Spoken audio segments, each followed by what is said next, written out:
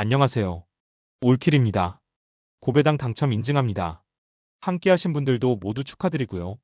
스포츠 정보 공유방에서 무료로 공유해드리니 같이 먹읍시다. 아래 고정 댓글로 편하게 말 걸어주세요.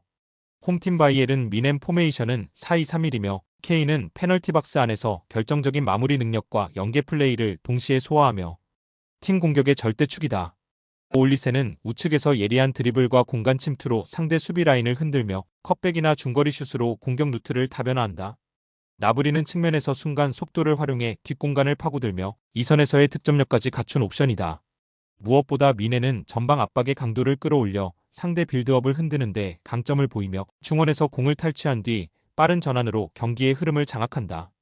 홈에서의 강한 템포와 득점 집중력은 여전히 리그 최상급이고 후반 체력 유지력도 미넨이 꾸준히 상대를 압도하는 무기가 된다. 원정팀 라이프치히 포메이션은 4-3-3이며 오펜다는 순간적인 가속과 직선적 돌파로 상대 수비를 흔들며 뒷공간이 열리면 치명적인 옵션으로 작용한다.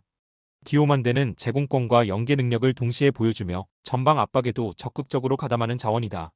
시몬스는 이선에서 패스와 드리블을 균형감 있게 활용하며 공격 전환에서 창의성을 더한다. 하지만 라이프치히는 원정에서 수비 간격이 벌어질 때 전환 수비가 늦어지는 단점이 반복된다. 특히 강팀을 상대로는 중원 압박에서 버티지 못하고 후반부에 실점 가능성이 높아진다는 점이 치명적이다. 바이에른은 케인의 득점 본능과 올리세나브리의 측면 파괴력으로 공격 전술을 완성했다. 라이프치히는 순간적인 전환은 위협적이지만 압박 저항력과 체력 관리에서 뚜렷한 약점을 드러낸다. 특히 홈에서 강한 템포를 이어가는 바이에른은 이번에도 압도적인 주도권을 쥘 가능성이 크다. 결국 이 경기는 바이에른이 경기 흐름을 잡고 승리를 챙길 무대가 될 것이다. 홈팀 파리 생제르맹 포메이션은 4-3-3이다. 곤살로 하무스는 제공권과 박스 안 위치 선정에서 강점을 보이며 한순간에 경기를 끝낼 수 있는 결정력을 보유했다. 바르콜라는 좌측에서 스피드를 활용한 돌파와 컷인 플레이로 상대 수비를 무너뜨리는 자원이다. 이강인은 중원에서 볼 운반과 패스 전개를 책임지며 순간적인 시야 전환으로 공격 템포를 끌어올리는 핵심 축이다. 특히 PSG는 전방 압박과 빠른 전개를 통해 경기 초반부터 상대를 완전히 압도할 수 있는 화력을 갖추고 있다. 원정팀 앙제 포메이션은 3-4-3이다. 르폴은 전방에서 몸싸움과 제공권 경합에 능하지만 고립되는 시간이 많아 전개 속도에서 한계를 드러낸다. 체리프는 중원에서 왕성한 활동량을 보이지만 압박을 받으면 패스 정확도가 흔들린다. 벨크딤은 측면에서 스피드로 변화를 시도하지만 무통이 퇴장 징계로 결장하면서 공격 루트의 날카로움은 크게 줄어든 상황이다. 특히 수비 전환에서 간격이 쉽게 벌어지며 강팀을 상대로는 후반으로 갈수록 집중력이 떨어지는 패턴이 반복된다. 파리 생제르맹은 전력 자체가 리그 내에서 차원이 다른 수준이며 경기력의 무게감은 초반부터 확실히 드러날 것이다. 앙제는 무통의 공백과 전술적 한계로 인해 PSG의 압박을 버텨낼 수 없고 후반으로 갈수록 격차는 더 벌어진다. 이번 경기는 객관적인 레벨 차이 그대로 PSG가 승리를 가져가며 무난히 마무리될 가능성이 높다. 홈팀 더비 카운티 포메이션은 4-4-2다. 모리스는 제공권과 피지컬을 바탕으로 전방에서 버티는 능력이 있지만 연계 플레이가 매끄럽지 않아 공격 전개가 단조로워진다. 블랙킷 테일러는 측면에서의 돌파와 크로스로 활로를 열 수 있으나 수비 전환 속도가 느려 뒷공간이 쉽게 노출된다. 구두미는 중원에서 왕성한 활동량으로 공수를 연결하지만 압박 강도가 높은 팀을 상대할 때 패스 정확도가 떨어진다. 팀 전체적으로는 라인 유지가 불안정해 후반으로 갈수록 간격이 무너지며 수비 집중력이 약해진다. 홈 이점이 있더라도 체력 저하와 수비 블록 붕괴는 경기 후반 실점으로 직결될 가능성이 높다. 원정팀 브리스톨 포메이션은 3-4-3이다. 리스는 박스 안에서 위치 선정과 마무리에서 강점을 보이며 제공권 경합에서도 꾸준히 득점 기회를 만든다. 트와이는 이선에서 과감한 전진 패스와 중거리 슈팅을 시도하며 공격 전개에 날카로운 옵션을 제공한다. 나이트는 중원에서 넓은 활동 반경으로 압박과 볼 배급을 동시에 수행해 팀 전체의 템포를 끌어올린다. 브리스톨은 전방 압박과 빠른 측면 전환으로 경기 흐름을 주도할 수 있으며 후반 체력 우위로 상대를 밀어붙이는 패턴이 안정적이다. 특히 측면과 중앙을 번갈아 공략하는 전술적 유연성은 더비의 수비 라인을 흔드는 결정적 요소가 될 전망이다. 더비 카운티는 홈 이점에도 불구하고 체력 저하와 수비 집중력 부족이라는 약점을 극복하기 어렵다. 브리스톨은 전방 압박과 유연한 전술 전환을 통해 경기 주도권을 잡을 수 있다. 결국 브리스톨이 중원과 전방에서 우위를 점하며 승리를 가져갈 가능성이 크다.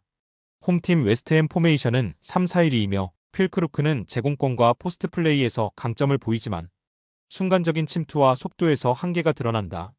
제로드 보웨는 측면에서 빠른 돌파와 날카로운 슈팅을 시도하며 수비 뒷공간을 파고드는 움직임으로 팀의 주요 득점 루트가 된다. 루카스 파케타는 이선에서 전진 패스와 볼키핑으로 전개를 이끌지만 상대 압박이 강할 경우 볼 운반에서 불안함을 노출한다. 웨스트햄은 세트피스 상황과 직선적인 역습은 위협적이지만 점유율 싸움에서 밀리면 수비 블록이 쉽게 벌어지고 후반 집중력이 흔들리는 경향이 있다. 원정팀 첼시 포메이션은 4-2-3-1이며 후앙 페드로는 측면에서의 드리블 돌파와 날카로운 컷인 슈팅으로 공격 전개에 활력을 더한다. 바이노 기튼스는 좌측에서 스피드를 활용해 뒷공간을 공략하고 폭넓은 움직임으로 상대 수비 라인을 흔드는 역할을 한다. 콜 파머는 중앙에서 창의적인 패스와 탈압박 능력을 기반으로 팀 전체의 템포를 조율하며 결정적인 찬스를 만들어낸다. 첼시는 전환 속도와 측면 활용 능력이 탁월하며 공격 루트가 다양해 웨스트햄 수비 블록을 계속 흔들 수 있다. 특히 파머가 중심이 되는 빌드업은 점유율 싸움에서 안정감을 확보하며 경기 후반부에도 꾸준히 위협을 가할 수 있다. 웨스트햄은 필크루크와 보웬의 직선적인 공격 루트가 존재하지만 압박을 견디는 힘이 떨어지고 후반 집중력 저하가 반복된다. 첼시는 파머의 창의성과 양측면의 스피드 자원들을 활용해 경기 전반부터 우위를 점하고 후반에는 템포 차이를 극대화할 수 있다. 결국 이번 맞대결은 첼시가 압박과 전환 속도를 앞세워 웨스트햄을 제압하며 승리를 가져갈 그림이 유력하다. 홈팀 베티스 포메이션은 4-2-3-1이다. 에르난데스는 전방에서 순간적인 속도와 슈팅 타이밍으로 상대 수비를 흔드는 유형이지만 결정적인 장면에서 마무리 기복이 존재한다. 아이토르 루이발은 측면에서 드리블 돌파와 압박 회피 능력으로 변화를 주지만 크로스 선택과 완성도는 일정치 않다. 로셀소는 중원에서 볼 배급과 전진 패스로 연결 고리를 형성하며 순간적인 템포 전환으로 공격에 활력을 불어넣는다. 다만 베티스는 종종 믿었던 경기에서 자멸에 가까운 집중력 저하로 발목을 잡히며 확실한 마무리에서 흔들리는 경우가 반복된다. 원정팀 알라베스 포메이션은 4-1-4-1이다. 토니 마르티네스는 타깃형 자원으로 박스 안 제공권을 장악하고 세트피스 상황에서도 위협적인 존재감을 드러낸다. 카를로스 아레나는 활동량이 풍부해 전방 압박과 빠른 수비 전환에서 핵심적인 역할을 수행한다. 존 구리디는 중원에서 볼 배급과 템포 조율에 강점을 보이며 팀의 리듬을 안정적으로 이어가는 능력이 돋보인다. 무엇보다 개막전에서 보여준 투지와 조직력은 이번 시즌 초반 알라베스가 쉽게 무너질 팀이 아니라는 점을 다시 증명했다. 베티스는 여전히 순간적인 집중력 저하와 불안정한 경기 운영으로 믿음을 주지 못한다. 알라베스는 개막전에서 드러난 투지와 조직력으로 원정에서도 쉽게 무너지지 않을 힘을 보여줄 수 있다. 결국 이번 경기는 팽팽한 긴장 속에서 어느 한쪽이 확실히 경기를 가져가기 어려운 흐름이며 무승부라는 결과가 가장 현실적인 그림으로 떠오른다.